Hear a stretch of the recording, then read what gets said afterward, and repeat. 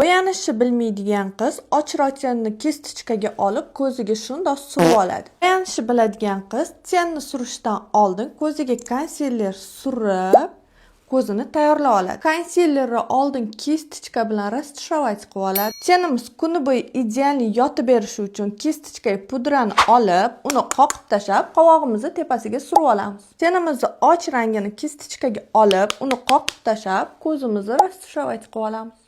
Bo'yanishni bilmaydigan qiz to'q svetni olib ko'ziga shundoq surib oladi.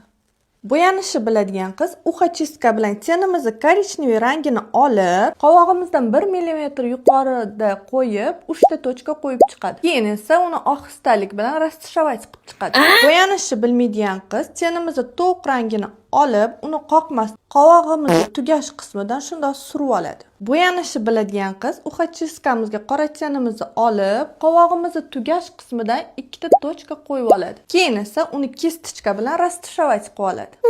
Bo'yanishni bilmaydigan qiz sparklini barmog'ida shundoq ishqalab, ko'ziga surib ishqalab oladi.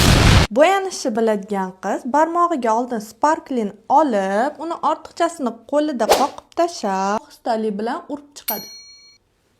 Bo'yanishni biladigan qiz toza kestichka bilan tenni ortiqchalarini tozalab chiqadi. Bo'yanishni bilmaydigan qiz tenimizni to'q rasvetkasini olib, ko'zini tagiga shundoq surib oladi. Bo'yanishni biladigan qiz tenimizni to'q rangini olib, uni qo'liga surib olib, keyin ko'ziga surib oladi. Bo'yanishni bilmaydigan, lekin bo'yanishni xohlaydigan o'rtog'ingizga bu videoni yuborib qo'ying. Bo'yanish sirlarini o'rganmoqchi bo'lsangiz, menga podpiska bo'ling.